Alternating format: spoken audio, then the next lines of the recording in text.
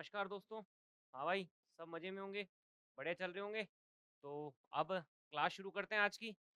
जो आज का टॉपिक हमारा वो है भारत के प्रमुख औद्योगिक प्रदेश। कौन सा टॉपिक पढ़ेंगे हम? भारत के प्रमुख औद्योगिक प्रदेश।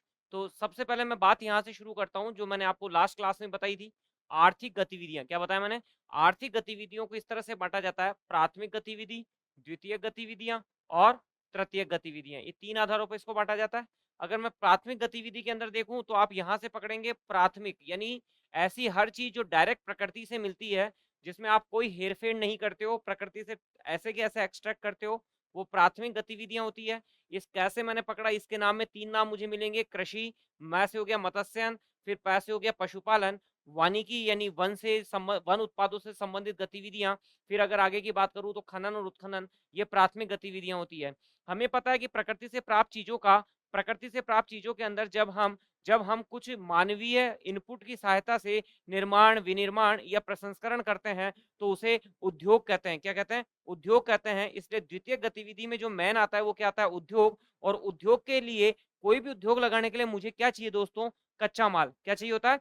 कच्चा माल। कच्चे माल को मैं देखता हूँ कि कच्चा माल हमें कृषि से मिलता है, तो उसे कहते हैं हम कृषि आधारित उद्योग। और अगर खनिज से मिलता है, खनिज खनिज अगर हमें कच्चा माल प्रदान करते हैं तो होता है खनिज आधारित उद्योग। खनिज आधारित उद्योग के अंदर मान लीजिए दोस्तों, आपको आयरन मिला, तो आयरन यानी लोहा अयस्क से, जिसमें आपने हेमेटाइट, मैंने ही आप लोगों को पढ़ाया था, हेमेटाइट से जो निकालते हो, ये जो उद्योग चलता है वो होता है लोहा इस्पात उद्योग। कौन सा उद्योग होता है? लोहा इस्पात उद्योग। और हमने एक खनिज और पढ़ा था, आपको ध्यान हो तो, बॉक्साइट। और बॉक्साइट से जो निकाला जाता है वो क्या होता है? एल्यूमिनियम। तो कौन सी इंडस्ट्री डेवलप होगी? एल्यूमिनियम उद्योग। कृषि के ऊपर मैं बात करूं तो हमने पढ़ा था गन्ना, याद आ रहा होगा, गन्ना भी मैंने पढ़ाया था आपको। और कपास, कपास से कपड़ा उद्योग लगता है, और गन्ने से चीनी बनती है, तो चीनी उद्योग होता है। तो मोटी मोटी बात हम यहीं से चालू करते हैं कि आर्थिक गतिविधियां 3 प्रकार की मुख्य रूप से मानी जाती है। वैसे चतुर्थक और पंचम भी अब हो गई है: प्राथमिक गतिविधि, द्वितीय गतिविधि और तृतीय गतिविधि। प्राथमिक गतिविधि वो चीज जो प्रकृति से मिल रही है या प्रकृति का जिसमें योगदान है, जैसे कृषि, मत्स्यन, पशुपालन, ये सब चीजें हुई। फिर हम बात करें द्वितीय गतिविधि। द्वितीय गतिविधियों के अंदर मनुष्य का इनपुट आ जाता है, यानी मनुष्य के द्वारा उन चीजों का निर्माण, विनिर्माण या प्रसंस्करण किया जाता है, उसे उद्योग कहते हैं। और उद्योग में मेन चीज जो होती है वो होती है कच्चा माल। अगर कच्चा माल कृषि क्षेत्र से मिल रहा है तो उसे कृषि आधारित उद्योग कहते हैं, और अगर खनिजों से मिल रहा है तो उसे खनिज आधारित उद्योग कहते हैं। खनिज आधारित उद्योग कहते हैं, जैसे हमने 4 खनिज पढ़े थे मुख्य रूप से, अभी हम आरएस के सिलेबस पे बात करेंगे। हमने लोहा पढ़ा था, तो लोहा से लोहा इस्पात उद्योग लग जाता है। हमने बॉक्साइट पढ़ा था, बॉक्साइट से एल्यूमिनियम उद्योग लगाया जाता है। कृषि के अंदर हमने गन्ना और कपास पढ़ा था, गन्ने से चीनी उद्योग, और कपास से कपड़ा उद्योग लगाया जाता है। अब हमारा जो आज का मेन टॉपिक है वो शुरू होता है, वो है भारत के औद्योगिक प्रदेश। कौन सा टॉपिक है? भारत के औद्योगिक प्रदेश। तो पहले दोस्तों हमें समझना पड़ेगा उद्योग क्या होता है। पहले हमें क्या समझना पड़ेगा? उद्योग क्या होता है। ठीक, क्योंकि औद्योगिक प्रदेश के जाने से पहले मुझे क्या जानना जरूरी होगा? उद्योग के बारे में। अगर मैं उद्योग के बारे में बात करूं तो थोड़ी देर पहले मैंने बताया था, किसी वस्तु का मैंने क्या बोला? किसी वस्तु का निर्माण यानी कंस्ट्रक्शन, विनिर्माण यानी मैन्युफैक्चरिंग, किसी वस्तु का निर्माण, विनिर्माण और प्रसंस्करण मतलब प्रोसेसिंग, जैसे फूड प्रोसेसिंग। निर्माण मतलब कंस्ट्रक्शन, जैसे बिल्डिंग कंस्ट्रक्शन। उम्मीद करता हूं बात समझ गए होंगे। विनिर्माण मतलब मैन्युफैक्चरिंग। विनिर्माण का मतलब होता है दोस्तों मैन्युफैक्चरिंग। जब अलग अलग पार्ट से हम किसी चीज को बनाते हैं तो मैन्युफैक्चरिंग के अंदर आप मान सकते हैं ऑटोमोबाइल इंडस्ट्री। और प्रसंस्करण का मतलब होता है दोस्तों प्रोसेसिंग, जैसे फूड प्रोसेसिंग इंडस्ट्री। यानी उद्योग का मतलब क्या हुआ? किसी वस्तु का निर्माण, विनिर्माण और प्रसंस्करण। सवाल पैदा होता है कौन करेगा? या तो कोई मनुष्य करेगा, क्योंकि कई बार एक ही मनुष्य भी इंडस्ट्री लगा लेता है, या फिर मनुष्यों का समूह करेगा। जैसे पहले के समय पे तो एक ही मनुष्य करता था, जिसे कुटीर उद्योग कहते थे। मनुष्य या मनुष्यों का समूह, यानी एन इंडिविजुअल, कोई इंडिविजुअल होगा या ग्रुप ऑफ इंडिविजुअल्स होगा या ग्रुप ऑफ पीपल होगा। तो हमने बात करा किसी वस्तु का, तो हमने बात की कौन करेगा। कौन में हमने समझे या तो कोई मनुष्य यानी पर्सन करेगा या ग्रुप करेगा। अगला सवाल जो हमारा है, कैसे करेगा? क्या निर्माण, विनिर्माण और प्रसंस्करण यहीं से वो कैसे करेगा? कैसे करेगा? तो हमें पता है दोस्तों, पहले परंपरागत साधनों से करता था। किससे करता था? परंपरागत साधनों से, यानी कन्वेंशनल मेथड जो यूज किए जाते थे। जैसे हम देखते थे पहले गांधी जी को चरखा चलाते हुए, चरखे से वो सूत निकालते थे और उससे कपड़ा बनाया जाता था, तो परंपरागत साधन हो गए। लेकिन बाद में आधुनिक यंत्र आ गए, आधुनिक यंत्र आ गए, आधुनिक यंत्र, मॉडर्न मशीनरी और इक्विपमेंट आ गए, जैसे पावर लूम। जैसे पावर लूम यानी कपड़ा अब पावर से, मशीनें जब चलेगी उससे बनेगा, तो उसे पावर लूम कहते हैं। तो हमने बात करी कौन करेगा, हमने बात करी कैसे करेगा, और अगला सवाल आता है क्यों करेगा। क्यों करेगा का जवाब हमें मिलता है, या तो वो जीवन यापन के लिए ऐसा कर रहा है, यानी या तो वो जीविकोपार्जन के लिए ऐसे करता है, यानी लाइवलीहुड के लिए ऐसा कर रहा है, या वो धनोपार्जन यानी धनोपार्जन यानी अपने अपने प्रॉफिट के लिए कर रहा है, यानी पैसे की अर्निंग के लिए कर रहा है। इन सबको मैं आपस में जोड़ दूं तो मुझे उद्योग की परिभाषा मिल जाती है। कैसे? किसी वस्तु का निर्माण, विनिर्माण या प्रसंस्करण मनुष्य या मनुष्य के समूह के द्वारा परंपरागत साधनों या आधुनिक यंत्रों की मदद से जीविकोपार्जन और धनोपार्जन के लिए करना ही उद्योग कहलाता है। उम्मीद करता हूं यहां तक की बात समझ गए होंगे। फिर मैं रिपीट करना चाहता हूं, मनुष्य या मनुष्यों के समूह के द्वारा, मनुष्य और मनुष्यों के समूह के द्वारा परंपरागत साधनों और आधुनिक यंत्रों की सहायता से, आधुनिक यंत्रों की सहायता से जीविकोपार्जन यानी लाइवलीहुड और धनोपार्जन यानी अर्निंग के लिए किसी वस्तु का निर्माण, विनिर्माण या प्रसंस्करण करना ही क्या कहलाता है? उद्योग कहलाता है। अब हम जानते हैं दोस्तों, हम जानते हैं कि उद्योग के, अनेक उद्योगों का क्या काम है। कोई मान लो एक क्षेत्र है, तो वहां विभिन्न उद्योग लगे। क्या लगे? विभिन्न उद्योग। विभिन्न उद्योग यानी डिफरेंट इंडस्ट्री लगी। विभिन्न उद्योगों के, जब विभिन्न उद्योगों के अनेकों कारखाने, अनेकों कारखाने मतलब मैनी इंडस्ट्री या नंबर ऑफ इंडस्ट्रीज, अनेकों कारखाने, अगर विभिन्न उद्योगों के अनेकों कारखानों कारखानों का कहीं पर संकेंद्रण हो जाए, संकेंद्रण मतलब कंसंट्रेशन हो जाए, जैसे यहाँ एक इंडस्ट्री, दूसरी इंडस्ट्री, तीसरी इंडस्ट्री, चौथी इंडस्ट्री, तो हम देखते हैं एक बहुत बड़े क्षेत्र में, यानी विशाल क्षेत्र में, क्या बोला मैं? विशाल क्षेत्र में, ह्यूज एरिया, विशाल क्षेत्र में विभिन्न उद्योगों के अनेकों कारखानों का विशाल क्षेत्र में संकेंद्रण होने से जो दोस्तों भूदृश्य बनता है, जो भूदृश्य बनता है, उसे ही औद्योगिक प्रदेश कहते हैं। क्या कहते हैं? औद्योगिक प्रदेश कहते हैं। बात समझ में आई या नहीं आई? तो सबसे पहले हमने उद्योग पढ़ा, फिर औद्योगिक प्रदेश देखा। विभिन्न उद्योगों के अनेकों कारखानों के संकेंद्रण से जो विशाल क्षेत्र में, बहुत बड़े एरिया में जो भूदृश्य का निर्माण होता है, उसे औद्योगिक प्रदेश कहते हैं। और जैसे ही ये बात समझ में आती है, तो मैं यहीं से एक चीज निकाल सकता हूं कि इस औद्योगिक प्रदेश की विशेषताएं क्या क्या होती हैं। इस औद्योगिक प्रदेश की विशेषताएं क्या क्या हैं दोस्तों? मैं आज आप लोगों को एक रामबाण बात बताता हूं कि जब भी आपको किसी भी बात की, स्पेशली बात पब्लिक एड में, पॉलिटी में बहुत यूज होती है, कि आप उसकी जो कोर डेफिनेशन है वो आप याद रखें, और उस डेफिनेशन को जब आप एक्सट्रीम लेवल पर ले जाते हो, तो वो उसकी इंपॉर्टेंस हो जाता है, ये कैरेक्टरिस्टिक्स हो जाता है। और जब उसी का आप नेगेटिव कर देते हो या उसी की कमियां बता देते हो, तो उसका मतलब उसका उल्टा करना उसकी कमियां हो जाता है। उम्मीद कर रहा हूं समझ गए होंगे। हमने इसकी डेफिनेशन देखी थी, क्या देखी? कि अगर औद्योगिक प्रदेश है, इसी की तो अब मैं विशेषताएं, अब मैं इसकी क्या पढ़ना चाहता हूँ, इस औद्योगिक प्रदेश की विशेषताएं। अगर मुझे औद्योगिक प्रदेश की विशेषताएं पढ़नी है, तो मैं इसकी डेफिनेशन पे जाऊंगा, और पहली बात इसमें समझ में आ गई मुझे कि औद्योगिक प्रदेश में विभिन्न उद्योगों का क्या होता है? संकेंद्रण होता है, या उद्योगों की क्या होती है? अधिकता होती है। अनेकों कारखाने होते हैं। ये बात समझ में आई या नहीं आई? अगर ये बात समझ में आ गई, तो यहीं से पहली विशेषता हमारी जो निकल के आती है, वो आता है उद्योगों की प्रधानता। उद्योगों की, औद्योगिक प्रदेश में किसकी प्रधानता होगी, यानी किसका डोमिनेंस होगा? इंडस्ट्रीज का। उसके अनेकों कारखाने होंगे। अगली चीज, यहाँ आनुषंगिक इकाइयों की भी स्थापना होती है। क्या होती है? आनुषंगिक आनुषंगिक इकाइयों की स्थापना होती है। आप पूछेंगे ये क्या होता है? इसे दोस्तों कहते हैं एंशिलियरी इंडस्ट्रीज। क्या कहते हैं? एंशिलरी इंडस्ट्रीज, आनुषंगिक इकाइयां। जैसे एक एग्जांपल समझिए, मुझे मुझे कार बनानी है। क्या बनानी है? कार बनानी है। कार बनाने के लिए मेरे को क्या क्या चाहिए दोस्तों? सबसे पहले तो लोहा चाहिए, तो मुझे लोहा चाहिए, तो आयरन एंड स्टील इंडस्ट्रीज को फीड करेगी। फिर मुझे क्या चाहिए? टायर चाहिए, यानी रबर इंडस्ट्रीज के लिए चाहिए। फिर मेरे को क्या चाहिए? सीट बनाना है तो लेदर चाहिए। और फिर मुझे क्या चाहिए? छोटे मोटे इक्विपमेंट, जैसे ऑयल वगैरह जो भी चाहिए, यानी मैं कहूँ पेट्रोलियम के जो छोटे मोटे जो चीजें हैं, इंडस्ट्रीज हैं, वो वाली चाहिए। इन सब से मिलाकर मेरी कार बनेगी। तो ये जो साइड वाली इससे जुड़ी हुई है, उसे कहते हैं आनुषंगिक इकाइयां, यानी एंशिलरी यूनिट्स, ये मिलेगी। तीसरी चीज, अगर कहीं पे औद्योगिक प्रदेश है, तो आपको पता है वहां आप लोगों को औद्योगिक श्रमिकों की बस्तियां मिलेगी। क्या मिलेगी? औद्योगिक औद्योगिक श्रमिकों की, यानी इंडस्ट्रियल लेबर की क्या मिलेगी आप लोगों को? बस्तियां।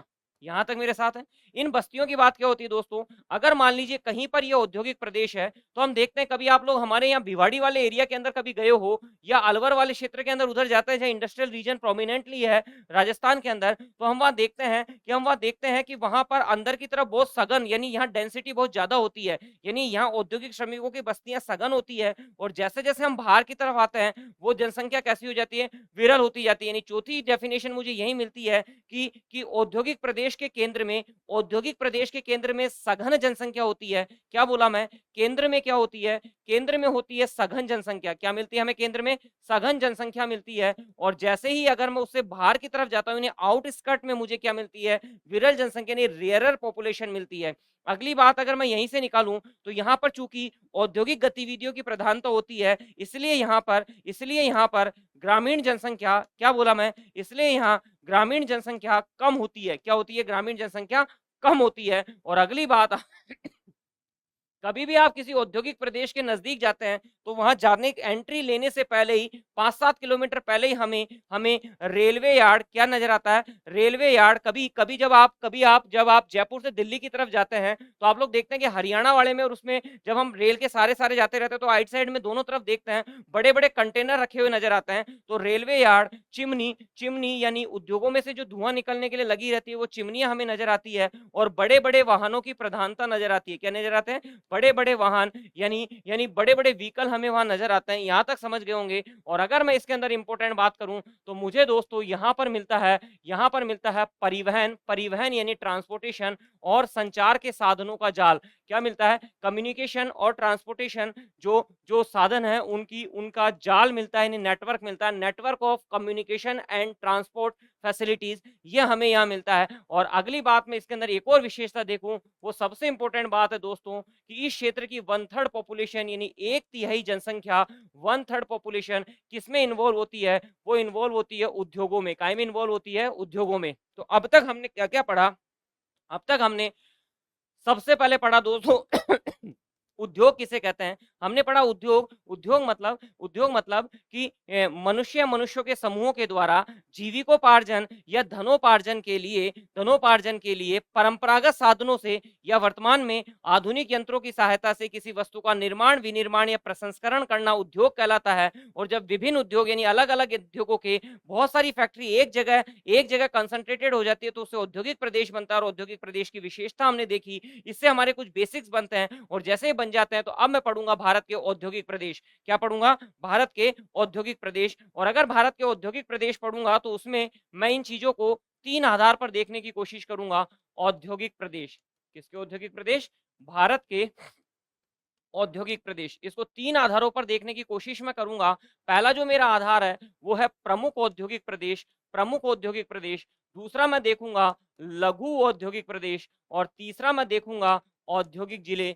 भारत में औद्योगिक जिले कितने हैं, यहां तक आप लोग मेरे साथ होंगे, यहां तक आप लोग मेरे साथ होंगे। प्रमुख औद्योगिक प्रदेश दोस्तों भारत में 8 हैं, प्रमुख औद्योगिक प्रदेश भारत में 8 हैं। लघु को देखूंगा तो जरा अगर आप इसमें थोड़ी सी स्टाइल लगाने की कोशिश करें तो इसको यूं की यूं लिख दीजिए तो ये 1 हो गया। और ये आपको नजर आ रहा होगा, कुछ ऐसे नजर आया कि ये कोई 3 है जो जो आड़ा पड़ा हुआ है। उस आड़े पड़े हुए 3 को दोस्तों खड़ा कर दीजिए तो ये लघु औद्योगिक प्रदेश हमें मिल गए, 13 हैं। और औद्योगिक जिले जो भारत में दोस्तों वो 15 हैं। तो मैं बात करूं तो भारत में मेजर इंडस्ट्रियल रीजन 8 हैं, पहले हमें संख्या पता होनी चाहिए। लघु औद्योगिक प्रदेश 13 हैं और औद्योगिक जिले भारत में 15 हैं।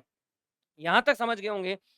अगर आप यहां तक समझ गए हैं तो अब हमें औद्योगिक प्रदेशों के बारे में बात पढ़नी है। और पढ़ने से पहले हम कुछ चीजें देखने की कोशिश करते हैं। तो फटाफट आइए, ये सब बात मैं आपको बता चुका। उद्योग किसे कहते हैं ये आप लोग पढ़ लोगे, ये सारी बातें मैं बता चुका। उद्योग किसे कहते हैं, औद्योगिक प्रदेश किसे कहते हैं वो भी मैंने आपको बताया। जब विभिन्न उद्योगों के अनेकों कारखानों का संकेंद्रण होता है तो उसे औद्योगिक प्रदेश कहते हैं। इसकी विशेषताएं क्या होती है वो भी मैंने बताया। और ये भारत के 8, 1 2 3 4 5 6 7 और छोटा नागपुर वाला 8, ये 8 रीजन हमें भारत के औद्योगिक प्रदेश में मिलते हैं। और जरा उनको यहाँ देखने की कोशिश करते हैं कि भारत के प्रमुख 8 औद्योगिक प्रदेश कौन से हैं। तो दोस्तों उसको आप यहीं से चालू करेंगे। पहले आप जो प्रोमिनेंटली हैं उनके नाम कर लीजिए। हमें पता है यहाँ दिल्ली है, हम जानते हैं यहाँ दिल्ली है, हम जानते हैं यहाँ मुंबई है, ये दिल्ली हो गया, ये मुंबई हो गया, हम जानते हैं यहाँ चेन्नई है और हम जानते हैं यहाँ कोलकाता है। यहाँ तक की बात समझ गए होंगे, 4 प्रमुख शहर हमने देखे, दिल्ली, मुंबई, चेन्नई और कलकत्ता। तो दिल्ली वाले को दोस्तों मैंने डीजीएम लिखा, डीजीएम का मतलब हो गया, डीजीएम का मतलब हुआ दिल्ली, गुरुग्राम और मेरठ।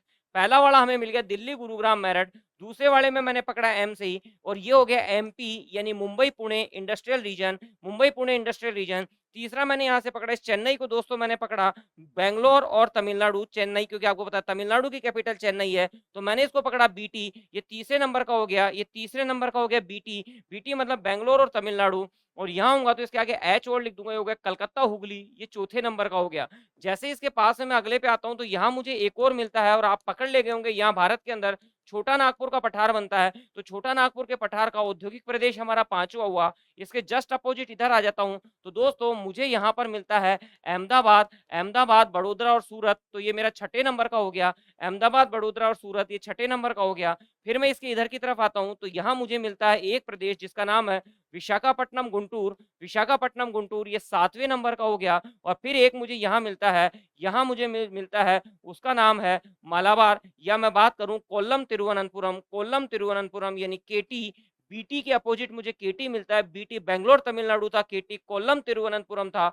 ये 8 औद्योगिक प्रदेश हमारे पूरे होते हैं। ठीक, सबसे पहले 4 पकड़ोगे, दिल्ली, मुंबई, चेन्नई यानी तमिलनाडु और कलकत्ता, 4 हो गए। फिर उसके जस्ट इधर पकड़ोगे छोटा नागपुर, 5वां, अपोजिट जाओगे गुजरात, छठा, नीचे इधर की तरफ से नीचे आ जाओगे तो विशाखापट्टनम गुंटूर, 7वां, और अपोजिट इधर आ जाओगे तो कोल्लम तिरुवनंतपुरम जो केरल के अंदर है, ये 8वां। अगर मैं इसको ऐसे याद रखूं तो दोस्तों आप समझ गए होंगे कि 4 इस तरफ है, और आप समझ गए होंगे कि 1 2 3 4 इस तरफ है। ऐसे आप करेंगे तो ये 8 आपको याद हो जाएंगे। अब मैं बात करता हूं भारत के लघु औद्योगिक प्रदेश की, और हमें पता है भारत में लघु औद्योगिक प्रदेश 13 हैं। कितने हैं भारत में लघु औद्योगिक प्रदेश? 13। इसको जरा स्टाइल से याद करेंगे। सबसे पहले हमें यहाँ मिलता है पंजाब और हरियाणा के यहाँ पे अमृतसर अंबाला, क्या मिलता है? अमृतसर अंबाला। पहला वाला क्या मिल गया हमें? अमृतसर अंबाला। ये इस रीजन में हमें मिलता है अमृतसर अंबाला। अमृतसर अंबाला हम जानते हैं अमृतसर पंजाब में और अंबाला हरियाणा में है। फिर जब मैं इधर की तरफ आता हूँ तो मुझे यहाँ मिलता है दोस्तों अजमेर जयपुर, अजमेर जयपुर, तो ये हमें मिल गया अजमेर और जयपुर, अजमेर जयपुर, अमृतसर अंबाला, अजमेर जयपुर, ये राजस्थान में है। फिर मैं नीचे की तरफ आता हूँ तो दोस्त नीचे की तरफ मेरे को यहाँ मिलता है दोस्तों, यहाँ मुझे मिलता है तीसरे नंबर का, तो ये 1 नंबर हो गया, ये 2 नंबर हो गया, ये 3 नंबर हो गया। 3 नंबर का दोस्तों मेरे को जो मिलता है उसका नाम है इंदौर, इंदौर, देवास और उज्जैन, इंदौर, देवास और उज्जैन, ये मेरे को मिल गया। फिर मैं नीचे की तरफ आता हूँ तो यहाँ मुझे मिलता है एक औद्योगिक प्रदेश जिसमें ये चौथे नंबर का हो गया। तो जो औद्योगिक प्रदेश मिलता है उसका नाम है दोस्तों कोल्हापुर, कोल्हापुर दक्षिणी कन्नड़, कोल्हापुर दक्षिणी कन्नड़। और जब मैं नीचे की तरफ आता हूँ तो मुझे यहाँ मिलता है दोस्तों मालाबार में 2 रीजन मिलते हैं, 5वां और छठा। ऊपर वाले को कहते हैं दोस्तों उत्तरी मालाबार, तो इसको मैं माला से याद रख सकता हूँ, उत्तरी मालाबार। और नीचे वाले को कहते हैं दोस्तों मध्य मालाबार, क्या कहते हैं? मध्य मालाबार। तो फटाफट चलिए, अमृतसर अंबाला, अजमेर जयपुर, इंदौर देवास उज्जैन, यहाँ से करूँ तो कोल्हापुर, कोल्हापुर कहाँ का है? महाराष्ट्र का। और दक्षिणी कन्नड़ कहाँ का है? ये गुजरात, ये कर्नाटक का। फिर नीचे आता हूँ तो मालाबार को 2 हिस्सों में डिवाइड किया है, एक है उत्तरी मालाबार और दूसरा है दक्षिणी वो मध्य मालाबार, ये दोनों केरल में है। तो 6 लघु औद्योगिक प्रदेश मुझे इधर मिलते हैं। अब मैं 6 इधर वाले ढूंढने की कोशिश करूंगा दोस्तों, तो मैं यहाँ सिर्फ नंबरिंग लिख रहा हूँ। तो एक मुझे यहाँ जो मिलता है उसका नाम है दोस्तों, मैं यहाँ उनके नाम भी लिख रहा हूँ, वो मुझे मिलता है एमबीबीएस या एमबीएस यानी मुजफ्फरनगर, मुजफ्फरनगर। इस तरफ मुझे मिलता है मुजफ्फरनगर, बिजनौर और सहारनपुर, मुजफ्फरनगर, बिजनौर और सहारनपुर, ये मुझे यूपी के अंदर मिलेंगे, मुजफ्फरनगर, बिजनौर और सहारनपुर। फिर आगे मैं जाता हूँ तो 8वां मुझे मिलता है, 8वां मुझे यहाँ पर मिलेगा, वो मिलता है इलाहाबाद, इलाहाबाद, वाराणसी और मिर्जापुर, इलाहाबाद, वाराणसी और मिर्जापुर, इलाहाबाद, वाराणसी और मिर्जापुर, यानी ये सारे मुझे यूपी में मिले। फिर आगे मैं आता हूँ दोस्तों तो मुझे यहाँ मिलता है भोजपुर और मुंगेर, फिर मुझे मिलता है भोजपुर और मुंगेर, भोजपुर और मुंगेर मिल गया। मैं नीचे की तरफ आता हूँ तो भोजपुर मुंगेर मुझे मिल गया, भोजपुर मुंगेर। छत्तीसगढ़ की तरफ आता हूँ तो छत्तीसगढ़ की तरफ आता हूँ तो मुझे मिलता है बिलासपुर और कोरबा, बिलासपुर और कोरबा मुझे मिलता है। छत्तीसगढ़ की तरफ आता हूँ तो बिलासपुर और कोरबा मिलता है। फिर नीचे की तरफ आता हूँ तो मेरे को दुर्ग और रायपुर मिलता है, दुर्ग और रायपुर मिलता है। डी दुर्ग है, आर रायपुर है। रायपुर आपको पता है दोस्तों छत्तीसगढ़ की राजधानी है, तो दुर्ग और रायपुर मिला। फिर उसके बाद में इधर आता हूँ दोस्तों तो मुझे यहाँ पर मिलता है एक जिसका नाम है आदिलाबाद और निजामाबाद। क्या नाम है? आदिलाबाद और निजामाबाद। वापस आइए, सबसे पहले मैंने देखा मुजफ्फरनगर, बिजनौर, सहारनपुर, मुजफ्फरनगर, बिजनौर, सहारनपुर, इलाहाबाद, वाराणसी, इलाहाबाद जिसका नाम अब प्रयागराज हो गया, इलाहाबाद, वाराणसी, मिर्जापुर। फिर यहाँ मैं आता हूँ, मिर्जापुर तो पिक्चर भी देखी होगी आप लोगों ने ना, तो पकड़ में आ जाएगा यूपी में। फिर मैं यहाँ आता हूँ तो भोजपुर और मुंगेर, यहाँ आता हूँ तो मुझे मिला भोजपुर और मुंगेर। फिर उसके बाद में नीचे की तरफ गया तो छत्तीसगढ़ में मेरे को दो मिले, छत्तीसगढ़ में मेरे को दो मिले। एक मिला बिलासपुर और कोरबा, बिलासपुर और कोरबा। दूसरा मुझे मिला दुर्ग और रायपुर, रायपुर छत्तीसगढ़ की राजधानी है। तेलंगाना के अंदर आया तो मुझे मिला आदिलाबाद, निजामाबाद, आदिलाबाद और निजामाबाद, ये मुझे तेलंगाना के अंदर मिलता है। यहाँ तक की बात समझ में आ गई होगी। आदिलाबाद, निजामाबाद, आपको पता है जब हमने लोहा एस्क पढ़े थे तो हमें पता है कि यहाँ पर लोहा एस्क के क्षेत्रों के अंदर भी हमने करीमनगर, करीमनगर, निजामाबाद याद आ गया होगा। तो निजामाबाद का नाम हमने वहां भी पढ़ा था। तो आपको पता है कि जहां पर खनिज और कृषि प्रधान गतिविधियां होगी वहां पर कृषि और खनिज आधारित उद्योग लग ही जाएंगे। अगर आप उन टॉपिक से भी लिंक करेंगे तो याद करना आसान हो जाएगा। और एक मैं इधर आता हूँ जो हमें मिलता है दोस्तों ब्रह्मपुत्र घाटी में। कहा मिलता है? 13वें नंबर का ब्रह्मपुत्र घाटी में। अब इसको भी याद करना आसान है, 6 इधर हैं और 6 इधर हैं, और एक लास्ट में हमें मिलता है ब्रह्मपुत्र घाटी का। अब मैं इसको कैसे याद रखता था वो मैं आपको बताना चाहता हूँ। हालांकि मैं आप लोगों को दोस्तों एक सजेशन दूंगा कि ये लाइंस ना बनाएं, क्योंकि एग्जाम में याद नहीं आते, हम भूल जाते हैं। बट फिर भी आप थोड़ा सा कोशिश कर लें तो मैं आपकी जानकारी के लिए बता देता हूँ। मैं इसको याद रखता था आ डबल ए हो गया, आज, आज, आ यानी अजमेर और जयपुर, अजमेर और जयपुर। आज इंदु, इंदु यानी इंदौर, देवास और उज्जैन। आज इंदु ने कड़क, इसको कड़क याद रखता था मैं, कड़क। इसको कैसे याद रखेंगे? इंदु, इंदु यानी इंदौर, देवास उज्जैन। आज इंदु ने कड़क, कड़क माला बनाई। क्या रखेंगे? कड़क माला बनाई। और कितनी बनाई? दो बनाई। माला यानी मालाबार हो गया। फिर मैं इसको याद रखता था दोस्तों एमबीबीएस। क्या याद रखता था? एमबीबीएस। आपको पता है डॉक्टर बनने के लिए एमबीबीएस किया जाता है। एमबीबीएस, एमबीबीएस क्या याद रखेंगे? एमबीबीएस। ठीक। एमबीबीएस करने, एमबीबीएस करने एवीएम, एवीएम मतलब आदर्श विद्या मंदिर, एवीएम और बीएम में पढ़ने, एमबीबीएस करने एवीएम और बीएम में पढ़ने के बावजूद, बावजूद बिके, बिके डॉक्टर। एमबीबीएस कर लिया, एवीएम और बीएम में पढ़ा हुआ है, फिर भी बिक गया। कौन? डॉक्टर। और मेरे एक दोस्त का नाम था, आनी बोलते थे उसको, एनी। तो आदिलाबाद, निजामाबाद, आदिलाबाद, निजामाबाद, ऊपर से नीचे चलेंगे तो ये याद आ जाएंगे। तो फटाफट अब हम इसको रिपीट करें तो आज इंदु ने कड़क दो माला बनाई। इधर आते हैं तो एमबीबीएस करने, एवीएम बीएम में पढ़ने के बावजूद बिके डॉक्टर आनी। ऐसे करेंगे तो ये याद हो जाएगा। ये याद हो गया तो अब हम अगले की तरफ जाते हैं और अगले हम देखेंगे दोस्तों प्रमुख औद्योगिक प्रदेश हो गए, लघु औद्योगिक प्रदेश हो गए। तो अब मैं किसको ढूंढने की कोशिश करूंगा, वो है दोस्तों मेरे पास, वो है औद्योगिक जिले। कौन सा टॉपिक है? औद्योगिक जिले। औद्योगिक जिले करने से पहले दोस्तों मैं इसको एक स्टाइल से याद रखूंगा। एक तो यूपी का याद रखूंगा और एक एमपी का याद रखूंगा। यूपी में दोस्तों 6 है, एमपी में दोस्तों 3 है। अगर यूपी के 6 याद करने मेरे को तो मैं सिर्फ अलीगढ़ याद रख लूंगा। क्या याद रख लूंगा? अलीगढ़। अलीगढ़ को मैं याद रख लूंगा तो बाकी 4 नाम मुझे अपने आप याद आ जाएंगे। अलीगढ़ मुस्लिम आंदोलन आप लोगों ने पढ़ा भी होगा, या आप लोगों को मॉडर्न इंडिया के अंदर भी पढ़ना है। अलीगढ़ मुस्लिम आंदोलन या आप लोग पढ़ेंगे। ठीक। तो अलीगढ़ यूपी में है। यूपी में अब मैं ए को पकड़ूंगा। ऐसे दोस्तों मुझे मिल गया आगरा, घाघरा नहीं मिला दोस्तों, आगरा मिल गया। ठीक। वो गाना सुना होगा, शरर घूमे रे हैं। ठीक। तो ऐसे हो गया आगरा। ल से हो गया लखनऊ, आगरा हो गया, ल लखनऊ हो गया, और ग से दोस्तों हो गया गोरखपुर। इधर लिख देता हूँ, ग हो गया दोस्तों गोरखपुर। अब मैं इस आगरा से ही पकड़ लूंगा, आगरा ए है दोस्तों। फिर मैं बी पकड़ूंगा, बी का मतलब दोस्तों बरेली है, बी का मतलब बरेली है। और फिर मैं सी पकड़ूंगा और सी का मतलब है दोस्तों कानपुर, सी का मतलब है कानपुर। तो एबीसी याद रखूंगा। तो सिर्फ अलीगढ़ और एबीसी में याद रख लूं तो यूपी के 6 औद्योगिक जिले पूरे हो जाते हैं। फिर मैं एमपी के 3 याद रखूंगा। हम सभी जानते हैं कि एमपी में राजा भोज हुए थे। एमपी वही है जो राजा भोज वाला है। वाला की जगह मैं ग्वाला याद कर लूंगा तो एमपी वही है जो राजा भोज ग्वाला वाला है। भोज का मतलब, भो का मतलब हो गया दोस्तों भोपाल, भो का मतलब हो गया भोपाल। जय का मतलब हो गया दोस्तों जबलपुर, जय का मतलब हुआ जबलपुर। और ग्वाला का मतलब दोस्तों हुआ, ग्वाला का मतलब यहीं से हम पकड़ लेंगे वो है ग्वालियर। क्या हो गया? ग्वालियर। तो हमारे 9 औद्योगिक जिलों की बात खत्म होती है। अब मैं 10वें पे जाऊंगा तो पहले मैं एक एक को पकड़ता रहता हूँ। हमें पता है 10वां यहाँ मिलेगा, राजस्थान में जो मिलता है वो है दोस्तों कोटा। राजस्थान वाला हो गया हमारा कोटा। यूपी के हम 6 निपटा चुके, एमपी के हम 3 निपटा चुके, टोटल कितने हो गए? 10। आगे बढ़ूंगा तो यहाँ मुझे मिलता है दोस्तों बिहार के अंदर जिसका नाम है पूर्णिया। क्या नाम है?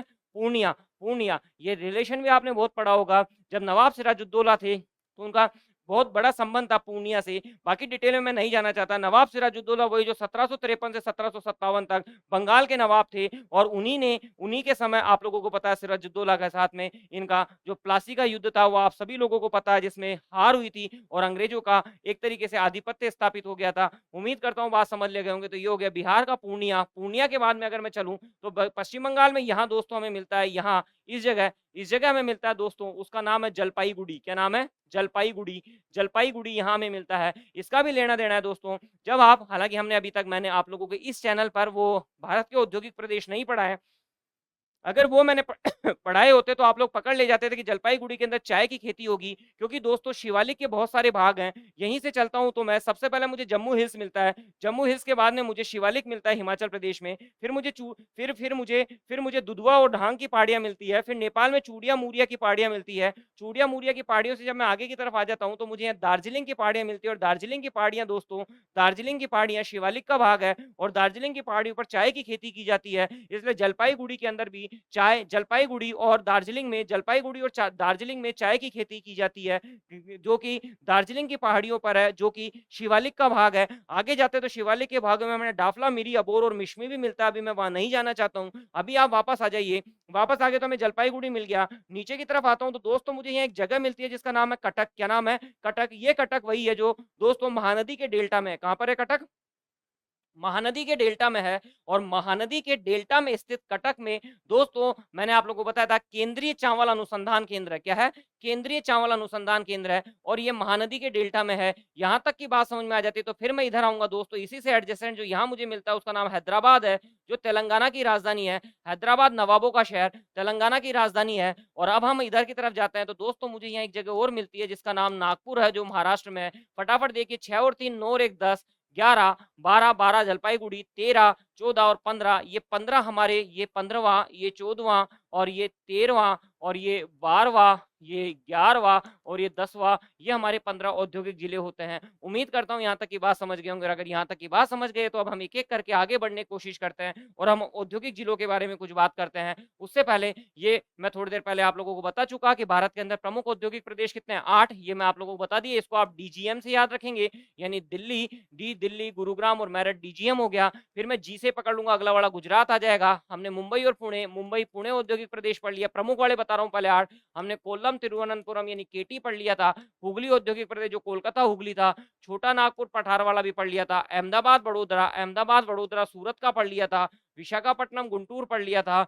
ये बंगलुरु और तमिलनाडु ने बीटी पढ़ लिया था। और हमने पढ़ा था 13 लघु औद्योगिक प्रदेश और 15 औद्योगिक जिले हैं। ये सारी बात मैं आपको बता चुका। लघु औद्योगिक प्रदेश में बता चुका अंबाला, अमृतसर, जयपुर, अजमेर, इंदौर, देवास। ये याद आ गया? इंदू, इंदू देखो ये ऐसे ही है। आ आ आज इंदू ने कड़क, कड़क यानी कोल्हापुर और दक्षिण कन्नड़, कोल्हापुर दक्षिण कन्नड़, दो माला यानी उत्तरी मालाबार और मध्य मालाबार बनाई। और फिर ये याद हो गया होगा एमबीबीएस को याद रखेंगे तो मुजफ्फरनगर, सहारनपुर और बिजनौर आ गया। फिर मैंने कहा था एवीएम यानी इलाहाबाद, वाराणसी और मिर्जापुर आ गया। फिर मैंने कहा था बीएम में पढ़ा यानी भोजपुर और मुंगेर आ गया। बीके यानी बिलासपुर और कोरबा आ गया। डॉक्टर यानी दुर्ग और रायपुर आ गया। रायपुर छत्तीसगढ़ की राजधानी है। आनी, आदिलाबाद, निजामाबाद तेलंगाना का आ गया। और ब्रह्मपुत्र घाटी, यहाँ तक की बात खत्म होती है। औद्योगिक जिलों के लिए मैंने आपको बताया था कि आप अलीगढ़ याद रख लें, फिर ऐसे आगरा, ल से लखनऊ और ग से गोरखपुर पकड़ लें। फिर ये ए, बी और सी है। यहाँ तक की बात हम पढ़ चुके थे। हमें पता है कोटा शिक्षा नगरी भी है। हालांकि पिछले कुछ समय से इस पर विवाद उत्पन्न हुआ कि काफी कोई बहुत सारी अलग अलग घटनाएं वहां होनी चालू हुई। अभी उन मुद्दों पे हम नहीं जाएंगे। अलीगढ़ आप लोगों को पता है दोस्तों ताले के लिए प्रसिद्ध है, तालों के लिए प्रसिद्ध है। आगरा आप लोगों को पता है दोस्तों चमड़ा उद्योग के लिए प्रसिद्ध है। बरेली 14 जनवरी आने वाली है, हमारी मकर संक्रांति आने वाली है, और जब तक बरेली का मांझा नहीं मिलता है तब तक मजा नहीं आता है। और जब तक छत पे गाना नहीं चले, झुमका गिरा रे बरेली के बाजार में, ये मजाक की बात थी। बरेली मांझे के लिए प्रसिद्ध है। कानपुर दोस्तों आप लोगों को पता है, कानपुर कपड़ा उद्योग के लिए प्रसिद्ध है। इसीलिए जो कानपुर है उसे ये पता है। अगर भारत में हमको पता है कर्क रेखा, हमें पता है भारत में कर्क रेखा उत्तरी और दक्षिण भारत में विभाजित करती है, तो इसीलिए इसे उत्तर का कोयम्बटूर कहते हैं। कानपुर को उत्तर का कोयम्बटूर कहते हैं। लखनऊ नवाब यहाँ पे बहुत होते थे, लेकिन यहाँ पे चिकन कढ़ाई, चिकन खाने वाला नहीं, चिकन कढ़ाई जो कि कपड़े पर की जाती है उसके लिए फेमस है। यहाँ तक समझ गए होंगे गोरखपुर मंदिरों के लिए प्रसिद्ध है, और भी यहाँ अलग अलग इंडस्ट्रीज हमारे यहाँ है। उम्मीद करता हूँ यहाँ तक पकड़ ले गए होंगे। यहाँ तक की बात अगर आपको समझ में आ जाती है तो सारी बात हमारी होती है। पूर्णिया जो मैंने कहा था पश्चिम बंगाल, ये सॉरी बिहार में है। इसकी बात मैंने बताई। जलपाईगुड़ी मैंने कहा चाय पैकेजिंग उद्योग होता है। कटक मैंने बताया चावल अनुसंधान केंद्र और महानदी के डेल्टा में है। हैदराबाद मैंने आपको बताया। नागपुर आपको पता है दोस्तों, जब हमने खनिज पढ़ रहे थे तब मैंने बताया था नागपुर, रत्नागिरी और भंडारा में लोहा अयस्क मिलता है, तो नागपुर के अंदर हमें पता है उद्योग होगा ही होगा। ग्वालियर दोस्तों, ग्वालियर ग्वालियर मंदिरों के लिए भी प्रसिद्ध है। और दोस्तों गुड़ की गजक भी यहाँ पे बहुत प्यारी मिलती है। गजक का सीजन आ गया, जाओ तो खाना जरूर। और जबलपुर हमें पता है दोस्तों, जब हम बॉक्साइट पढ़ रहे थे तो हमें पता था कि जबलपुर के अंदर बॉक्साइट मिलता है। उम्मीद करता हूँ यहाँ तक की बात समझ गए होंगे। अगर थोड़ा बहुत दिमाग लगा के पिछले चैप्टर को भी लिंक करोगे तो ये सारी बातें हमें समझ में आ जाएगी। और अगर आ जाती है तो अब हम भारत के प्रमुख, क्योंकि हमारे टॉपिक सिलेबस में क्या दिया हुआ है, भारत के प्रमुख औद्योगिक प्रदेश, क्या लिखा हुआ है, भारत के प्रमुख औद्योगिक प्रदेश। यानी इन 8 के बारे में थोड़ी सी बात हमें अंदर जाके और करनी है, और फिर ये हमारा चैप्टर समाप्त हो जाएगा। इन 8 की जब मैं बात करूंगा तो उससे पहले मैं एक भूमिका बनाऊंगा, और वो भूमिका क्या क्या है सोचो दोस्तों। मुझे पढ़ना है, मुझे पढ़ना है भारत के औद्योगिक प्रदेश। क्या पढ़ना है, भारत के प्रमुख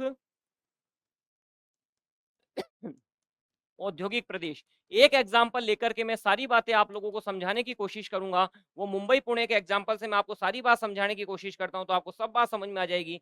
सबसे पहली चीज मैं ये देखूंगा दोस्तों कि उस औद्योगिक प्रदेश का नाम क्या है, क्योंकि मेरे को ये 8 पढ़ना है ना, उसका नाम क्या है। ठीक, अभी मैं देखता हूँ। फिर नाम के बाद में मैं देखूंगा दोस्तों उसका विस्तार कहाँ से कहाँ तक, यानी उसका एक्सटेंशन वो कहाँ से कहाँ तक फैला हुआ है। क्योंकि अगर औद्योगिक प्रदेश है तो मैंने कहा था बहुत विशाल क्षेत्र में फैला हुआ होगा, ज्यादा ज्यादा लंबाई दूरी तक फैला होगा।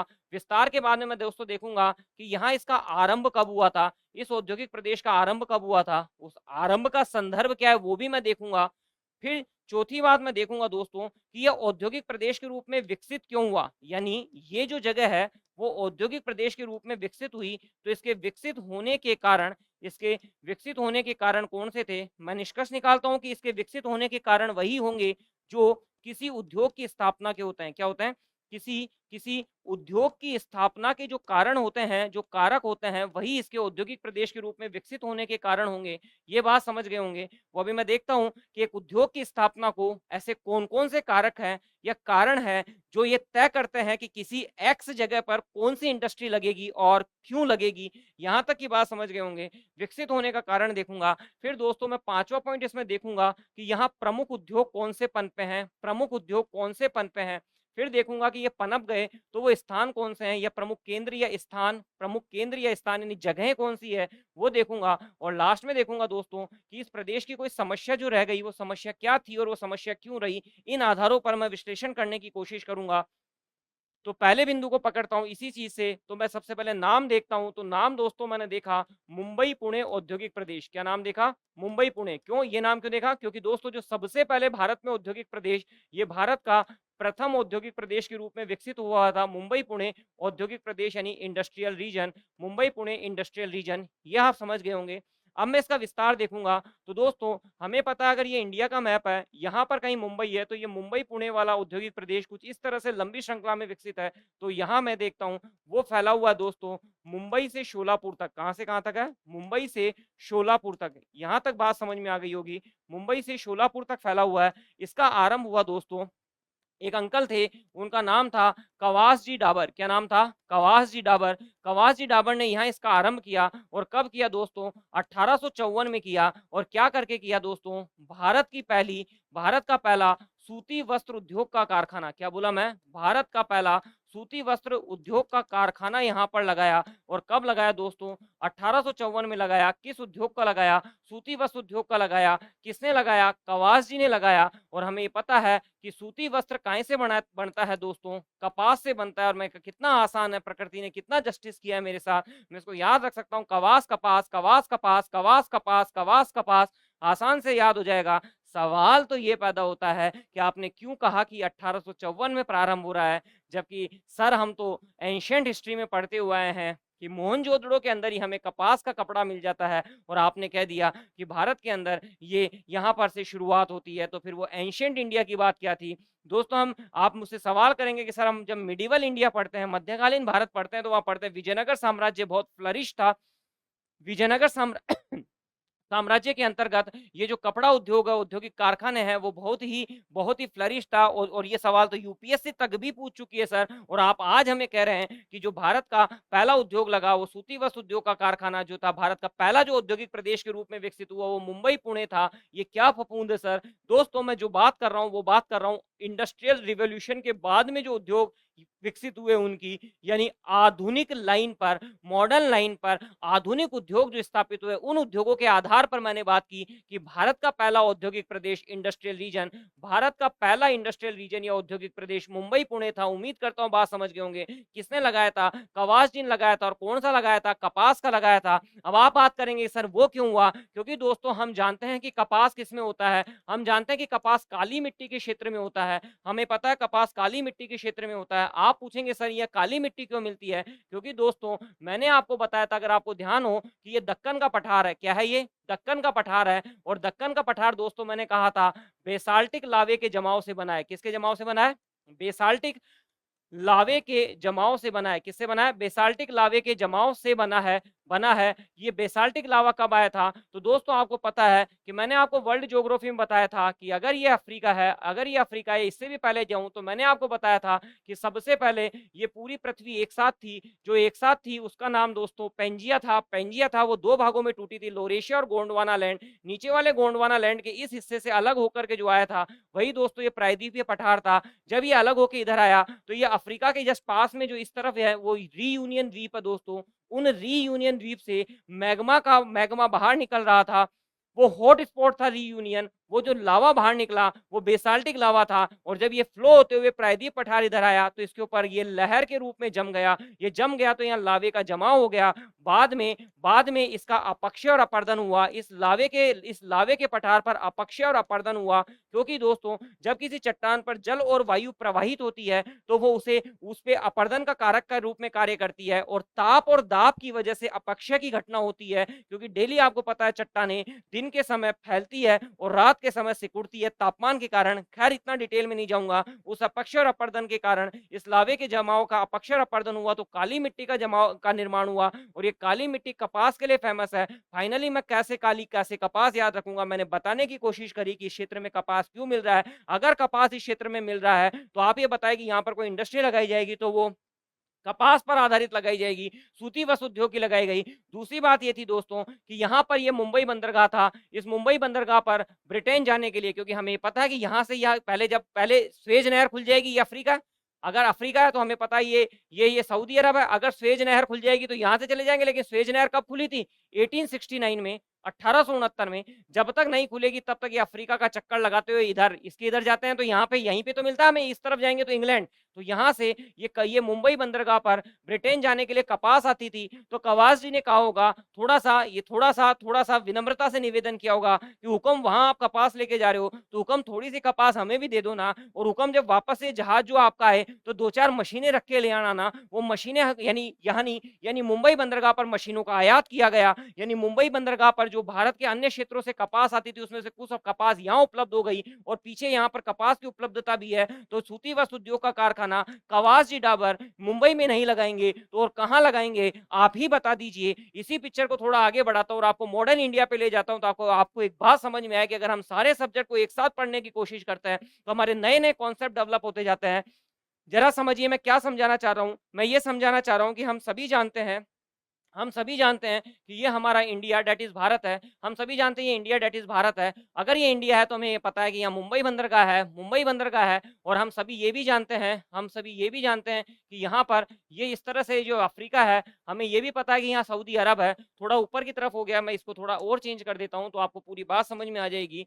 ये अगर मैं इस तरह से जाता हूँ तो ये हमारा इंडिया है। अगर मैं यहाँ से जाता हूँ तो मुंबई बंदरगाह होते हुए यहाँ से जाऊंगा तो स्वेज नहर होते हुए यहाँ पे आपको पता है भूमध्य सागर है। यहाँ भूमध्य सागर है। यहाँ पर ये जो है वो दोस्तों जिब्राल्टर है। जिब्राल्टर को क्रॉस करके अगर ऊपर चला जाऊंगा तो इंग्लैंड पहुंच जाऊंगा।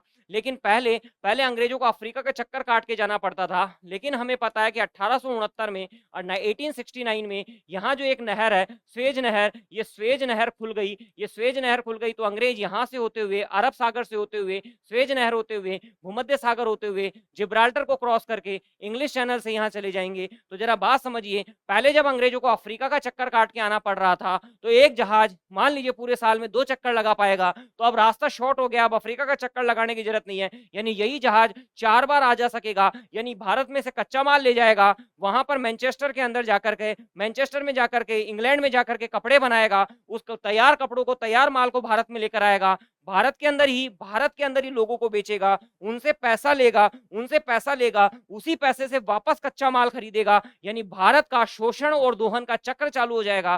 पहली बार 1867 के अंदर, 1867 के अंदर इसको द ग्रैंड ओल्ड मैन दादा भाई Nehru ji, the grand old man दादा भाई DBN, दादा भाई नेहरू जी इसको पहचानेंगे और एक किताब लिखेंगे, poverty and un British rule in India, poverty and un British rule in India किताब लिखेंगे और पहली बार देंगे धन का निष्कासन का सिद्धांत। किसका सिद्धांत देंगे? धन का निष्कासन का सिद्धांत। उम्मीद करता हूं बात पकड़ ले गए होंगे, अभी हम इतना डिटेल में नहीं जाते हैं, बात समझ गए होंगे क्या लेना देना है। और आपको पता होगा, अगर इसी समय के आसपास देखें, हमें पता है 1757 में ये ले चुके, हमें पता है फ्रांसीसियों से ये भी ले चुके हैं पहले ही, ये ले लिया, ये यानी बंगाल ले लिया, मद्रास वाला एरिया ले लिया, हमें पता है कि 3 आंग्ल मराठा युद्ध के बाद में ये भी ले लिया, और हमें पता है रणजीत सिंह जी के मरने के बाद में 1849-50 तक ये पंजाब को भी ले लिया, पूरा 1850 तक पूरा इंडिया इनके पास आ गया। यानी अब ये कहेंगे मेरा वचन ही मेरा शासन है, यानी इनको रोकने टोकने वाला अब कोई नहीं रहा है।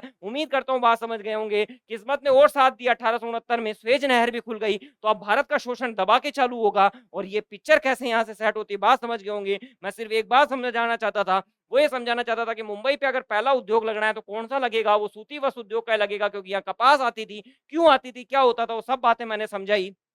अब यहाँ आते हैं कि ये इसका मुंबई पुणे क्षेत्र जो विकसित हुआ औद्योगिक प्रदेश के रूप में, उसके क्या कारण है। उसमें मैंने बताया कि कारण वही होंगे जो किसी उद्योग की स्थापना को प्रभावित करते हैं। उद्योग की स्थापना को प्रभावित करने वाले कारक अगर मैं देखने की कोशिश करूं दोस्तों, तो हमें पता है पहली चीज जो किसी उद्योग की स्थापना को प्रभावित करती है वो होता है कच्चा माल। क्या होता है? कच्चा माल। हमें पता है कच्चा माल हमें 2 तरीके से मिल सकता है, तो कृषि से मिल सकता है, यानी खेती से मिल सकता है, और दूसरा मिल सकता है खनिजों से। खेती से जो मिलेगा वो आपको पता है चीनी उद्योग, यानी गन्ना चीनी बना देगा।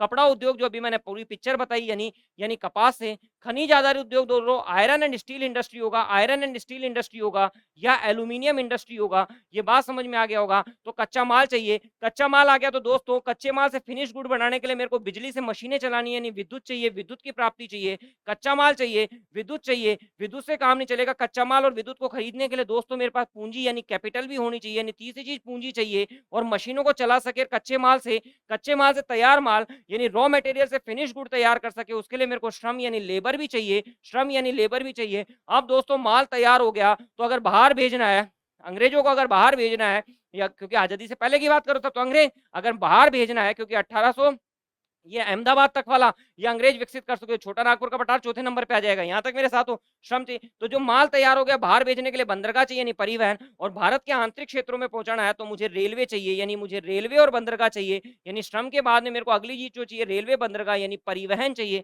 यानी ट्रांसपोर्टेशन चाहिए। मैं हर औद्योगिक प्रदेश में तय करने की कोशिश करूंगा कि इस क्षेत्र में कौन सा कच्चा माल मिल रहा है, जैसा कच्चा माल मिलेगा वैसी इंडस्ट्री वहां डेवलप हो जाएगी। फिर मैं देखूं कच्चे माल से तैयार माल तैयार करने के लिए यहाँ पर यानी फिनिश गुड के लिए जो मशीनें चलानी है उसके लिए इलेक्ट्रिसिटी कहाँ से मिलेगी, कौन से प्रोजेक्ट से आ रही है, यहाँ से मैं वापस पहुंच जाऊंगा। कुछ बात समझे क्या दोस्तों?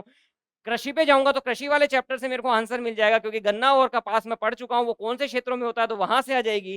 खनिज वाले चैप्टर पे जाऊंगा तो मुझे खनिजों का कि एल्यूमिनियम अगर इस क्षेत्र में मिल रहा है तो यहाँ पर बॉक्साइट मिल रहा है तो एल्यूमिनियम इंडस्ट्री लग जाएगी, लोहा इस्पात मिल रहा है तो आयरन एंड स्टील इंडस्ट्री लग जाएगी। क्योंकि वो दोस्तों उद्योगों के खनिजों के अंदर भी मैंने आपको बताया तो उद्योग 2 प्रकार के होते हैं। एक होता है भार ह्रास उद्योग, वेट लूज इंडस्ट्री जो मैंने कहा भार ह्रास उद्योग, क्या बोला मैं? एक उद्योग कौन सा बोला मैं?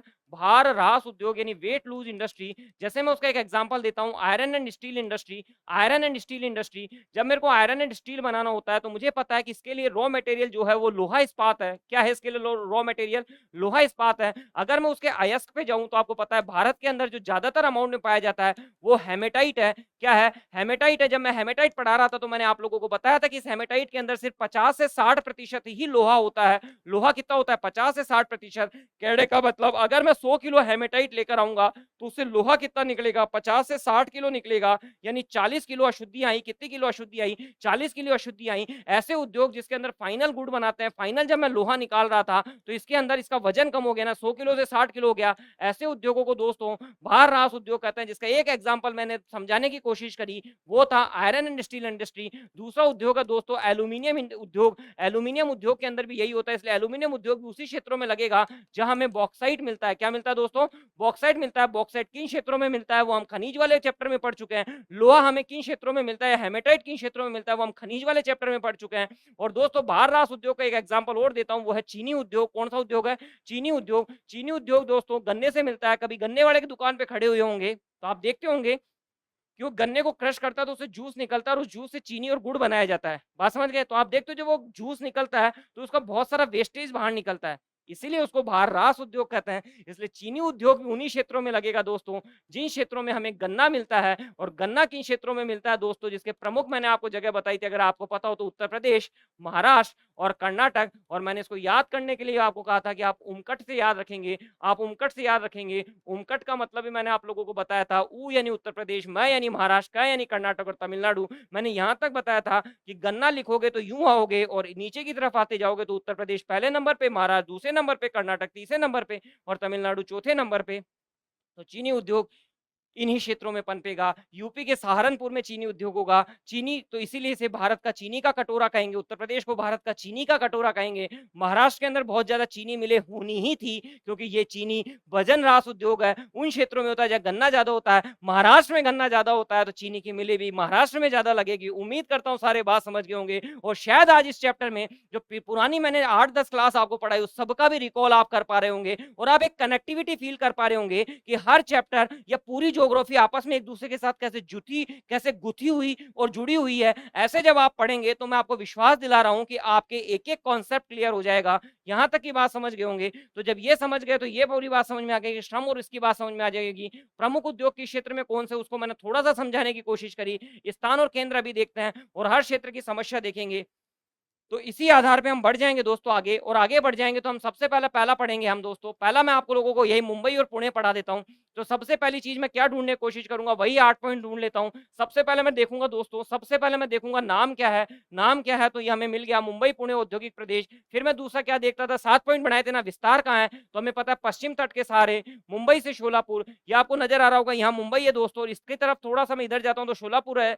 आप लोग ये मैटर टेलीग्राम चैनल परिणाम RS से निशुल्क निशुल्क डाउनलोड कर सकते हैं। आप टेलीग्राम चैनल ज्वाइन कर लीजिए, तो जब जब भी मैटर डलेगा आपके पास नोटिफिकेशन आ जाएगा। तो जब आप वहां ज्वाइन कर लेंगे टेलीग्राम को, तो आप ये मैटर वहां से ले सकते हैं, बिल्कुल निशुल्क उपलब्ध आपके लिए। यहाँ तक की बात समझ गई। अब अगली चीज हमने पढ़ी थी, प्रारंभ कब हुआ। हमें पता है इसका प्रारंभ 1854 में हुआ था। ये भारत का पहला औद्योगिक प्रदेश था। क्यों था ये भी मैंने बताया। इसका आरंभिक विकास किसने किया था, ब्रिटिशर्स ने किया था। और हमें पता है यहाँ कौन सा उद्योग लगा था, सूती वस्त्र उद्योग लगा था। ये भी क्यों लगा था मैंने बताया, किसने लगाया था, कवास जी ने लगाया था। कब लगाया था, 1854 में लगाया था। और मुंबई सूती वस्त्र की राजधानी बन जाएगी, इसीलिए इसे भारत का मैनचेस्टर या कोटनोपोलिस कहते हैं। क्या कहते हैं, भारत का मैनचेस्टर या कोटनोपोलिस कहते हैं। दोस्तों पोलिश शब्द का मतलब होता है शहर। पोलिश शब्द का मतलब क्या होता है, शहर। और कॉटन का मतलब आपको पता है कपास। इसका विस्तार क्यों हुआ, यानी ये औद्योगिक प्रदेश के रूप में विकसित क्यों हुआ, उसका कारण मैंने आप लोगों को पहले बता दिया था। कारण वही होंगे जो किसी उद्योग की स्थापना को प्रभावित करते हैं। प्रभावित करने में सबसे पहले आएगा कच्चा माल। हमें पता है इस क्षेत्र के अंदर क्या उपलब्ध है, कपास। क्यों उपलब्ध है, क्योंकि ये कौन सी मिट्टी का क्षेत्र है, काली मिट्टी का। क्यों है, क्योंकि मैंने कहा था बैसाल्ट लावे का जमाव है। कुछ समझे होंगे, कुछ समझे होंगे। अगर आप समझने की कोशिश करें तो मैं पढ़ रहा था सूती वस्त्र, क्या पढ़ रहा था, इंडस्ट्री पढ़ रहा था, इंडस्ट्रियल रीजन पढ़ रहा था। उससे मैं इंडस्ट्री पे गया, सूती वस्त्र पे। सूती वस्त्र से फिर मैं वहां पर गया सॉइल पे, भारत की मिट्टी पे गया, मृदा पे चला गया कि ये जो सूती वस्त्र है वो कपड़े से बनेगा, और कपड़ा यानी कपास से बनेगा। और कपास के लिए मिट्टी जो चाहिए वो काली मिट्टी चाहिए। यानी मैं औद्योगिक प्रदेश से उद्योग पे गया, उद्योग से मैं मृदा पे गया, मृदा से मैं भारत के भौतिक प्रदेशों पे गया, भारत के भौतिक प्रदेशों से मैं विश्व वर्ल्ड ज्योग्राफी से वैगनर के सिद्धांत पे चला गया। उम्मीद कर रहा हूं बात समझ गए होंगे कि कैसे मैं हर चीज को अगर कॉन्सेप्चुअली समझने की कोशिश करूं तो एक एक सवाल का आंसर मुझे मिल जाता है। अब मैं बात करूंगा कि यहाँ मशीनों को चलाने के लिए क्या मिलता है। तो दोस्तों जब मैं आपको एनर्जी का चैप्टर पढ़ा रहा था तो इसका भी जवाब दे चुका था। कुछ बात समझे क्या, इंडस्ट्रियल रीजन में मैं कुछ नहीं कर रहा, आपसे पहले जितना मैंने पढ़ाया उन सारे पॉइंट्स को एक साथ ले लेके मैं जोड़ता चला जा रहा हूं और मेरे अगले सब्जेक्ट तैयार अगले चैप्टर तैयार होते चले जा रहे हैं। मुझे पता है दोस्तों, आप लोगों को पता है, तो मैंने यहाँ पर आप लोगों को Koyna Koyna hydro electric power plant बताया था, और कोयना की मैंने विशेषता भी बताई थी आपको कि ये भारत का सबसे बड़ा हाइड्रो इलेक्ट्रिक पावर प्लांट है। कहने का मतलब जो ज्यादा विद्युत उत्पन्न करता है वो पावर प्लांट है। 4 मैंने आपको एग्जांपल बताए थे। एक बताया था टिहरी का, टिहरी मतलब जो सबसे ऊंचा है वो टिहरी, और मैंने याद भी कराया था आपको, टिहरी टिहरी बांध सबसे ऊंचा प्रोजेक्ट हो गया। एक मैंने बताया था नाथपा झाकरी, नाथपा झाकरी मैंने बताया था अंडरग्राउंड प्रोजेक्ट है, अंडरग्राउंड अंडरग्राउंड मैंने कहा था नथ नथ अंदर जाएगी, नथ अंदर जाएगी तो अंडरग्राउंड, याद आ गया। और मैंने एक और बताया था आप लोगों को, वो बताया था ये, और एक सरदार सरोवर का बताया था, जो मैंने कहा था विश्व का सबसे ऊंचा कॉन्क्रीट डैम है। कौन सा डैम है? कॉन्क्रीट डैम है, विश्व का सबसे ऊंचा नहीं, सेकंड सबसे ऊंचा कॉन्क्रीट डैम है। 4 के नाम आप याद रखें, क्योंकि इसमें 4 में कुछ विशेष बात आ रही है, और जो विशेष बात होती है वो आरएस के एग्जाम से डेंजर जोन होता है। यहाँ तक की बात समझ गए होंगे। और मैंने यहाँ पर आप लोगों को एक और बताया था, अगर आपको पता है तारापुर, मैंने आप लोगों को बताया था Tarapur atomic power plant, Tarapur परमाणु परमाणु विद्युत ग्रह। तो कोयना जल विद्युत ग्रह से, तारापुर परमाणु विद्युत ग्रह से यहीं से बिजली मिलती है। और बिजली के अंदर मैंने आप लोगों को याद हो रहा होगा, तारापुर बताया था, रावतबाटा बताया था, कलपक्कम बताया था, नरोरा बताया था, मैंने आप लोगों को कैगा बताया था, काकरापार बताया था, कुदनकुलम बताया था, और जैतपुर बताया था। और मैंने याद करने के लिए ताराखंड के का कूजे बताया था, ताराखंड के का कूजे बताया था। मैंने ये भी कहा था ये 8 स्थानों पर 23 रिएक्टर है। मैंने ये भी कहा था कि 23वां आपके लिए डेंजर जोन है, ये ऑलरेडी मैं पढ़ा चुका हूँ। और 23वां वाला काकरापार था, ऊंची कूद बड़ी कूद के लिए मैंने आपको बताया था कि जो सबसे बड़ा अभी तक है वो कुदनकुलम है, लेकिन जब गोरखपुर बन जाएगा तो गोरखपुर सबसे बड़ा हो जाएगा, क्योंकि कुदनकुलम में 2000 मेगावाट है, गीगावाट नहीं मेगावाट है। और जो उसके अंदर है गोरखपुर है, वो 2800 मेगावाट का, इसलिए बाद में गोरखपुर हो जाएगा, लेकिन वो अभी अंडर कंस्ट्रक्शन यानी निर्माणाधीन है। और मैंने आप लोगों को ये क्या बोलते हैं इसको, कलपक्कम भी बताया था। कलपक्कम की एक विशेषता मैंने आपको बताई थी, कल पक्के होंगे हम कल पक्के इसलिए होंगे क्योंकि वहां पर स्वदेशी उपकरणों का उपयोग किया गया है। तो पहला रिएक्टर जिसमें स्वदेशी उपकरणों का उपयोग किया है वो कलपक्कम है, काकरापार 23वां है। ऊंची कूद बड़ी कूद यानी सबसे बड़ा अभी कुदनकुलम है, बाद में गोरखपुर हो जाएगा। तो ऐसे आप याद कर सकते हैं, मैंने पिछला भी रिवाइज करवाने की कोशिश करी इसी चैप्टर में। अभी आप पकड़ लेंगे Koyna hydro electric power plant से, Tarapur atomic atomic power plant से। ये जो बना था तारापुर वाला वो 1969 में बना था। तो आप कहेंगे कि सर पहले किससे मिलता था? तो दोस्तों जो पहले इसको मिलता था वो मिलता था पश्चिम घाट से। पश्चिमी घाट में हमें पता है पूरा पश्चिमी घाट है, हमें ये भी पता है पश्चिमी घाट में बहुत ज्यादा वर्षा होती है। वर्षा होती है तो यहाँ पर अत्यधिक लकड़ियां होगी, तो पहले लकड़ियों को जला जला कर यहाँ विद्युत की आपूर्ति सुनिश्चित की जाती थी, लकड़ियों को जला जला के ऊर्जा की आपूर्ति सुनिश्चित की जाती थी। लेकिन आपको पता है वर्तमान में ऐसा संभव नहीं है, क्योंकि जैव विविधता का भी संरक्षण करना है, इसलिए अब ये दोनों इसको विद्युत की आपूर्ति सुनिश्चित करते हैं। पहले यहाँ पर लकड़ियां जलाकर ऐसा किया जाता था। अब आप परिवहन पे आते हैं कि माल बन गया, तो परिवहन के लिए क्या होगा दोस्तों? हमें पता है पश्चिमी घाट है, हमें ये भी पता है कि पश्चिमी घाट लगातार और सतत है, हमें ये भी पता है पश्चिमी घाट टोटल 1600 किलोमीटर लंबा है, तो इसलिए इसको केवल दर्रों से ही पार कर सकते हैं। और 2 दर्रे हमें यहाँ मिलते हैं, एक का नाम थाल घाट है, एक का नाम भोर घाट है। ये आप भारत के भौतिक प्रदेश में और दर्रों में भी पढ़ते होंगे, थाल घाट और भोर घाट। अब मैं इसको ऐसे याद रखूंगा दोस्तों, यहाँ मुंबई है, मुंबई हमें पता है दोस्तों सालसेट द्वीप पर है। कौन से द्वीप पर है? सालसेट द्वीप पर है। कुछ समझे क्या दोस्तों? टॉपिक 1 है जिसके अंदर मैं आपको भारत के भौतिक प्रदेश, जिसके अंदर मैं आपको भारत की कृषि, भारत की मृदा, भारत के खनिज, भारत का परिवहन, भारत के दर्रे और सारे टॉपिक को जोड़ करके इस चैप्टर को खत्म करने की कोशिश करता हूं। आज से पहले आप लोगों ने हाथ धर धर के इसको रट्टा मारा होगा, अभी भी आदत वही पड़ रही है, लेकिन ऐसे पढ़ेंगे तो पिछली पूरी चीजें भी रिवाइज हो जाएगी और सारा काम भी आगे का निपट जाएगा। बहरहाल अभी आइए, मुंबई सालसेट द्वीप पर है, यानी द्वीप पर स्थित है, तो मुंबई है। अब यहाँ पर बीच में पश्चिमी घाट आ गया, मुझे मुंबई से भारत के अंदर की तरफ जाना है, तो एक दर्रा यहाँ मिलता है दोस्तों, वो थालघाट है। दूसरा दर्रा दोस्तों यहाँ मिलता है, वो भोरघाट है। थालघाट और भोरघाट, थालघाट वाला दोस्तों नासिक नासिक को मुंबई से जोड़ता है। किसको? नासिक को मुंबई से जो जोड़ता है वो थालघाट है। और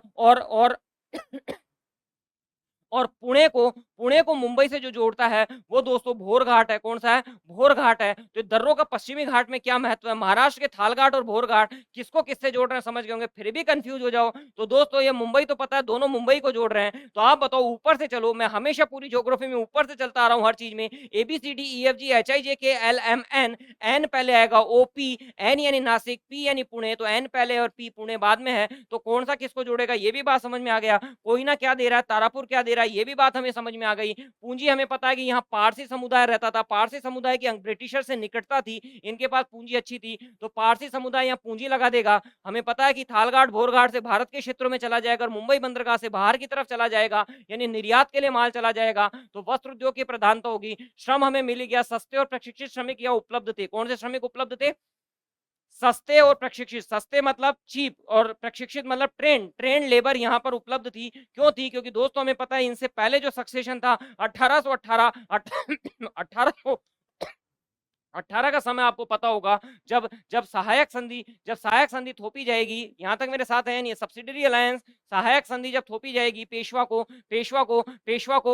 पेंशनर बना करके कानपुर के पास बिठूर भेज देंगे, और कानपुर के पास बिठूर भेज देंगे तो आपको पता है कि फिर एक और आएंगे जिनका नाम नाना साहब पेशवा है, इसका शासन खत्म होगा और नाना साहब पेशवा को पेंशन की टेंशन होगी, और पेंशन की टेंशन होगी तो 1857 की क्रांति में आएंगे। खैर अभी मैं वहां नहीं जाता हूं, बात समझ गए होंगे कि यहाँ पर मराठा साम्राज्य था, मराठा साम्राज्य बहुत फ्लरिश था, इसलिए वहां पर आपको पता जो साम्राज्य फ्लरिश होगा, जिसके पास धन धान्य होगा, जिसके पास सुख समृद्धि होगी, वहां पर उद्योगों की मांग होगी, डिमांड होगी, तो उद्योग स्थापित होंगे तो वहां पर श्रमिक प्रशिक्षित यानी ट्रेंड श्रमिक मिलेंगे। और आपको पता है प्राचीन भारतीय परंपरा में हमारे यहाँ पर श्रम श्रम माँ बाप से बच्चों में, बच्चों से उनके बच्चों में ट्रांसफर होता था। तो उम्मीद करता हूँ ये वाली बात भी समझ में आ गई, सस्ते और प्रशिक्षित श्रमिक कैसे मिलेंगे। परिवहन मैंने आपको बता दिया, थालघाट और भोरघाट से ये भारत के अंदर चले जाएंगे, यानी प्रायद्वीपीय क्षेत्र में चले जाते हैं रेल और सड़क मार्ग से। और आपको पता है मुंबई प्राकृतिक बंदरगाह क्यों है, ये प्राकृतिक बंदरगाह क्यों है, इसका भी जवाब मैं आपको दे सकता था, लेकिन वीडियो की लेंथ बहुत लंबी हो जाती है, इसलिए अभी मैं सिर्फ मुद्दे पे रहना चाहता हूँ। अभी आप याद कर लें कि मुंबई प्राकृतिक बंदरगाह है। शॉर्ट में बताना चाहता हूँ, भारत का ये वाला कौन सा तट होगा, ये अगर तटवर्ती मैदान की बात करूं तो ये भारत का कौन सा तट होगा, इस तरफ है तो पश्चिमी तट। पश्चिमी तट दोस्तों निमग्न तट यानी सबमर्ज्ड कोस्ट है, ये डूब गया। क्यों डूब गया उस पर अभी मैं नहीं जाऊंगा क्योंकि हमारी मजबूरी है, फिर वीडियो लंबा हो जाता है। तो यहाँ पर प्राकृतिक बंदरगाह मिलते हैं, जबकि पूर्वी तट दोस्तों उन्मज्जित तट यानी इमर्ज्ड कोस्ट, ये उभरे तट का उदाहरण है, ये निमग्न तट का उदाहरण है जो पानी में डूब गया, इसलिए प्राकृतिक बंदरगाह के लिए आदर्श परिस्थितियां प्रदान करता है, इसलिए ये प्राकृतिक बंदरगाह थोड़ी सी कोशिश करी और ये पश्चिमी देशों से यहाँ मशीनरी मंगवा ली थी। स्वेज नहर 1869 में खुल गई थी, तो ये औद्योगिक प्रदेश के रूप में इसने विकसित कर दिया इसको, क्योंकि वो हो गया। अब अगली बात सूती वस्त्र उद्योग, मैंने कहा था भारत का प्राचीनतम उद्योग है, ऑलरेडी बता चुका। भारत की पहली मिल कहाँ हुई थी? बंबई में। किसने लगाई थी? कवाजी डाबर ने। कब लगाई थी? 1854, याद रखेंगे दोस्तों, 54 है ये, 1854, इसीलिए इसको भारत का मैनचेस्टर कहते हैं। यहाँ तक समझ गए होंगे। अब मैनचेस्टर में भारत में आपको दोस्तों 3 उदाहरण मिलते हैं, एक उत्तर का मिलता है, एक पश्चिम का मिलता है। पश्चिम का मैनचेस्टर, उत्तर का मैनचेस्टर और दक्षिण का मैनचेस्टर। अगर मैं उत्तर के मैनचेस्टर की बात करूं तो कानपुर है, दक्षिण के मैनचेस्टर की बात करूं तो कोयम्बटूर है, और पश्चिम के मैनचेस्टर, क्योंकि भारत का देख लो ना, भारत का मैंने कहा था कभी भी कोई दिशा निकालनी तो बीचों बीच से डिवाइड कर दिया करो, और अगर डिवाइड कर दोगे तो ऊपर वाला उत्तर है, नीचे वाला दक्षिण है, ये वाला पश्चिम है। और इसको पश्चिम का तो कौन सा हो गया? अहमदाबाद। उत्तर का कौन सा हो गया? कानपुर। दक्षिण का कौन सा हो गया? कोयम्बटूर। यहां तक मेरे साथ हो। लेकिन इस अहमदाबाद को एक नाम और देते हैं दोस्तों, वो है पूर्व का बोस्टन। क्या नाम देते हैं? पूर्व का बोस्टन। ये बोस्टन टी पार्टी, बोस्टन क्या है दोस्तों? बोस्टन दोस्तों उत्तरी अमेरिका में है। उत्तरी अमेरिका में दोस्तों, अमेरिका यूएसए के अंदर है ये। मैसाचुसेट्स वर्तमान में एक जगह है, मैसाचुसेट्स अमेरिका का एक राज्य है। वहां पे एक स्थान है जिसका नाम है बोस्टन। ये बोस्टन वहीं का था। और दोस्तों बोस्टन बंदरगाह था, और बंदरगाह उस समय का बहुत बहुत समृद्ध बंदरगाह था। कैसा बंदरगाह था? समृद्ध बंदरगाह था। तो अंग्रेज अगर यहाँ है तो अंग्रेजों के हिसाब से भारत कहाँ पे? इधर पूर्व में। इसलिए अंग्रेजों के हिसाब से अहमदाबाद क्या होगा? पूर्व का बोस्टन। और अमेरिका में भी आपको पता अंग्रेजों का आधिपत्य था, तो उनके लिए वो इधर वाला एरिया कौन सा होगा दोस्तों? वो होगा पश्चिम का बोस्टन, यानी Boston of west, Boston of east. किसके किसके रेफरेंस में? ये ईस्ट का अहमदाबाद, और वेस्ट का बोस्टन वो है अंग्रेजों के यानी इंग्लैंड के रेफरेंस में। किसके रेफरेंस में? इंग्लैंड के रेफरेंस में। मैंने एक एक पॉइंट को, एक एक बात को आपको समझाने की कोशिश करी। पूरब क्यों, पश्चिम क्यों, भारत के संदर्भ में ये उत्तर क्यों, दक्षिण क्यों, भारत के संदर्भ में पश्चिम क्यों, और ये पूर्व किस संदर्भ में वो भी बताया। थोड़ी समय की सीमा है क्योंकि फिर वीडियो बहुत लंबे हो जाते हैं, इसलिए ज्यादा बातें अभी मैं नहीं कर सकता। और आगे ये उत्तर का, दक्षिण का और पूर्व का बोस्टन हो जाता है। और अगर हो जाते हैं तो अब अगली चीज मैं क्या देखूंगा, यहाँ पे कौन से उद्योग विकसित हुए वो देखने की कोशिश करता हूँ। तो सबसे पहले दोस्तों मैं याद रखूंगा पीटीएम। क्या याद रखूंगा? पीटीएम। पांचवा पॉइंट आ गया ना हमारा, कच्चा माल ये निपटा चुके। पीटीएम, पीटीएम का मतलब है दोस्तों पुणे, पुणे के अंदर है टाटा मोटर्स, पुणे में क्या है दोस्तों, टाटा मोटर्स। अगला मैं याद रखूंगा पिंपरी, पिंपरी दोस्तों फार्मास्यूटिकल इंडस्ट्री यानी औषधि के लिए, पिंपरी कहीं के लिए, औषधि के लिए, तो पिंपरी हो गया, पीटीएम हो गया। अब दोस्तों मैं याद रखूंगा रिफाइनरी का, क्या याद रखूंगा, रिफाइनरी। अगर मैं रिफाइनरी देखूं दोस्तों तो ट्रांबे में है, और हमें पता है जहाँ, क्योंकि हमें पता है मुंबई हाई में क्या है, ऑयल है, ऑयल है तो रिफाइन होने के लिए जस्ट पास में आएगा, तो कहाँ था, ट्रांबे में। यहाँ तक मेरे साथ हुए, तो ट्रांबे में क्या हो गया दोस्तों, रिफाइनरी। और जहां पर रिफाइनरी होती है दोस्तों उसी के पास पेट्रोकेमिकल कॉम्प्लेक्स होता है, क्या होता है, पेट्रोकेमिकल कॉम्प्लेक्स, क्या मिलेगा, पेट्रोकेमिकल इंडस्ट्री यानी रासायनिक उद्योग, क्या मिलेगा, रासायनिक उद्योग। तो रासायनिक उद्योग भी ट्रांबे में, रिफाइनरी भी ट्रांबे में, औषधि उद्योग पिंपरी में क्योंकि पिंपरी यानी पिंपल्स हो गए तो क्या लगानी पड़ेगी, औषधि। पीटीएम यानी पेरेंट्स टीचर मीटिंग नहीं है, पुणे में टाटा मोटर्स का कारखाना है, तो पुणे में टाटा मोटर्स हो गया दोस्तों। अभी मैं मुंबई और डॉकयार्ड को, मझगांव डॉकयार्ड को भी देखता हूँ, और फिर लोहा इस्पात को देखता हूँ दोस्तों। दोस्तों पहले मैं मुंबई को पकड़ता हूँ, तो मैं इसको याद रखता था, ये है मुंबई मेरी जान। और वैसे भी सबको पता है मुंबई, मुंबई आप लोगों को पता है कि ये अपने ये जो हॉलीवुड है या फिल्म इंडस्ट्री है उसके लिए फेमस है। लॉस एंजल्स आप लोगों को पता है, ये वो सॉरी ये बॉलीवुड के लिए और वो हॉलीवुड के लिए है, लॉस एंजल्स वाला, है ना, यहाँ तक मेरे साथ हो। ये world world world industrial region में पढ़ेंगे आप लॉस एंजल्स, तो हमको पता है मुंबई फिल्म इंडस्ट्री के लिए हो जाएगा। फिर अगर मैं जाऊं दोस्तों तो मैं अब पढ़ूंगा शिप बिल्डिंग, कौन सा इंडस्ट्री पढ़ूंगा, शिप बिल्डिंग। शिप बिल्डिंग दोस्तों यहाँ पर मिलता है मझगांव डॉकयार्ड में, कहाँ मिलता है, मझगांव डॉकयार्ड में। आप इसको जूम करेंगे टेलीग्राम से ज्वाइन करके, इसको डाउनलोड कर लेंगे और आप पढ़ लेंगे इसको। तो मझगांव डॉकयार्ड में क्या मिल गया मेरे को दोस्तों, शिप। तो फटाफट आइए, मुंबई में क्या मिल गया, फिल्म। शिप कहाँ मिलेगा, डॉकयार्ड। शिप में क्या होता है, डॉकयार्ड। शिप में क्या होता है, डॉकयार्ड। तो ऐसे याद रख लेंगे। तो मझगांव डॉकयार्ड हो गया, पीटीएम यानी पुणे में टाटा मोटर्स हो गया, पिंपरी यानी पिंपल्स हो गए, तो मैं औषधि लगाऊंगा यानी फार्मास्यूटिकल क्रीम व्रीम लगाऊंगा, यहाँ तक समझ गए। रिफाइनरी है तो पेट्रोकेमिकल होगा दोस्तों, ट्रांबे में है, यहाँ तक की बात समझ गए। और अब एक और इंडस्ट्री है, वो है दोस्तों लोहा इस्पात इंडस्ट्री। कौन सी इंडस्ट्री है, लोहा इस्पात। यहाँ लोहा इस्पात इंडस्ट्री क्यों लगेगी दोस्तों, यहाँ शिप बिल्डिंग इंडस्ट्री क्यों लगेगी दोस्तों, क्योंकि आप लोगों को पता है दोस्तों नागपुर भंडारा, क्योंकि आपको पता है दोस्तों नागपुर भंडारा वो इधर है, और रत्नागिरी, खनिज वाले चैप्टर मैंने बताया था आपको, नागपुर भंडारा और रत्नागिरी के अंदर, मुंबई के अंदर हमें आपको पता है लोहा इस्पात मिलता है। और अगर लोहा इस्पात मिलेगा तो आपको पता है कि मुंबई या महाराष्ट्र के अंदर लोहा इस्पात उद्योग भी पनपेगा। और दोस्तों वो जो लोहा इस्पात उद्योग मुंबई में है वो डालवी, और मैं इसको याद रखता था, आप लोग पता होगा, सब लोग राजस्थान के ही हैं मोटा मोटा, या जो नहीं है वो भी जानते हैं कि ट्रैक्टर और ट्रक में जो पीछे लगता है उसको डाला कहते हैं, क्या कहते हैं, डाला। और वो डाला काहे का बना होता है, लोहे का। यानी लोहा इस्पात उद्योग कहाँ होगा दोस्तों, डालवी में होगा। कहाँ होगा लोहा इस्पात उद्योग, डालवी में होगा। और छठा पॉइंट में देखूंगा दोस्तों यहाँ प्रमुख केंद्र कौन से हैं, और प्रमुख केंद्रों को दोस्तों मैं याद रखूंगा PQRST से। किसे याद रखूंगा, PQRST।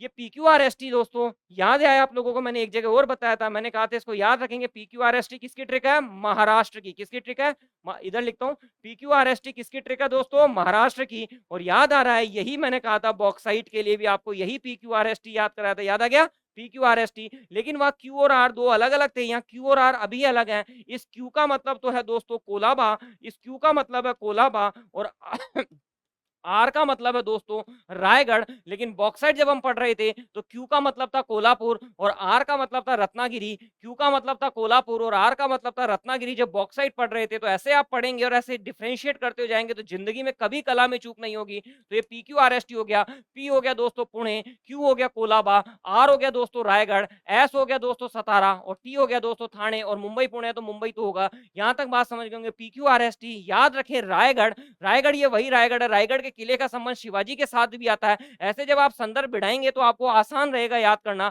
रायगढ़ के किले का। और एक रायपुर जो छत्तीसगढ़ की राजधानी थी। और आपको पता होगा दुर्ग और रायपुर एक लघु औद्योगिक क्षेत्र है। तो ऐसे भी आपको कंफ्यूजिंग करने के वर्ड आ सकते हैं, इसलिए आप इस रायगढ़ को आप पकड़ के रखेंगे ताकि कंफ्यूजन नहीं हो। और रायगढ़ का संबंध, रायगढ़ के किले का संबंध शिवाजी से ध्यान रखेंगे तो पकड़ में आ जाएगा। महाराष्ट्र में PQRST हो गया। अगला हमारा जो मैं याद रखूंगा SST। एस का मतलब सोलापुर, एस का मतलब सांगली और टी का मतलब ट्रांबे, ये SST हो गया। और आगे के मैं याद रखूंगा दोस्तों ना पी, आगे का याद रखूंगा दोस्तों ना पी, ना पी मन मन भर, ना पी मन भर जल, ना पी मन भर जल। तो पहला तो क्या हो गया PQRST, दूसरा क्या हो गया SST, ना पी मन भर जल। ना यानी नागपुर, पी यानी पिंपरी, ये पिंपरी वही है जहाँ औषधि उद्योग है। मन भर यानी मन भर के, मन का मतलब यहाँ मनमाड़ है, और जल यानी जलगांव है। जलगांव यहाँ है, जलगांव यहाँ पर है दोस्तों, ये मैंने लिख रखा है जलगांव यहाँ है, लेकिन मैंने थोड़ी देर पहले बताया था जलपाईगुड़ी, जलपाईगुड़ी बंगाल में था। जलपाईगुड़ी कहाँ था? बंगाल में था। ये आप याद रखें, तो ये जलगांव भी आप पकड़ के रखें ताकि कंफ्यूजन नहीं हो। इस तरह से हमारे कितने पॉइंट पूरे हुए? नाम पूरा हो गया, विस्तार पूरा हो गया, आरंभ कब हुआ पता हो गया, औद्योगिक प्रदेश के रूप में क्यों विकसित हुआ, क्योंकि यहाँ कच्चा माल मिल रहा था, यहाँ कोयना पश्चिमी घाट की लकड़ियां और ये हमें मिल रहे थे, यानी उससे ऊर्जा की प्राप्ति हो रही थी। श्रमिक मिल रहे थे क्योंकि मराठा साम्राज्य के प्रशिक्षित श्रमिक अभी भी बचे हुए थे, और पीढ़ी दर पीढ़ी हमारे यहाँ श्रम के स्थानांतरण की परंपरा थी। उम्मीद करता हूँ यहाँ तक पकड़ ले गए होंगे। अगर यहाँ तक पकड़ ले गए तो लास्ट पॉइंट हमेशा मैं सब में क्या देखूंगा दोस्तों? समस्या। दोस्तों देश के विभाजन से दो उद्योग ऐसे थे जिनको बहुत समस्या हुई। एक उद्योग यहाँ था, यहाँ जो था दोस्तों वो कपास उद्योग था, और देश का जो 20-21% कपास क्षेत्र था वो पाकिस्तान में चला गया, और देश का जो सॉरी यहाँ वाला जो 80% क्षेत्र था, यानी जूट का जो क्षेत्र था 80%, वो बांग्लादेश में चला गया। तो देश के विभाजन से दो उद्योगों को भी बहुत हानि हुई। एक उद्योग था वो इधर कपास का उद्योग और इधर जूट का उद्योग। तो ये पकड़ ले होंगे 21% 20% क्षेत्र कहाँ चला गया? पाकिस्तान में चला गया। तो कच्चे माल का संकट पैदा होगा। हमें पता है कि ये क्षेत्र कोयला मुख्य रूप से इस तरफ मिलता है, हमें कोयला इस क्षेत्र में भारत में मिलता है, तो कोयला क्षेत्र से दूरी है, तो ऊर्जा की समस्या यहाँ होनी थी उस समय भी। और बाकी कॉमन चीज है, अगर मैं मुंबई की बात करूं तो हमें पता है मुंबई बंदरगाह है, मुंबई सालसेट द्वीप पर है। तो यहाँ पर भूमि का विस्तार करना मुश्किल होगा, और अगर जमीन की कमी है तो जमीन के दाम ज्यादा होंगे। ये सारी बात आपको समझ में आ गई होगी। ये समस्या है, अगर समस्या आपसे कोई पूछेगा नहीं, उम्मीद करता हूँ यहाँ तक समझ गए होंगे। तो अब हम अगला औद्योगिक प्रदेश पढ़ते हैं, वो पढ़ते हैं दिल्ली वाला। उम्मीद करता हूँ यहाँ तक समझ गए होंगे और सारी बात भी आपको समझ में आ गई होगी। ठीक, अब अगले पे चलते हैं, और अगला औद्योगिक प्रदेश हमारा दिल्ली वाला, दिल्ली, गुड़गांव और मेरठ।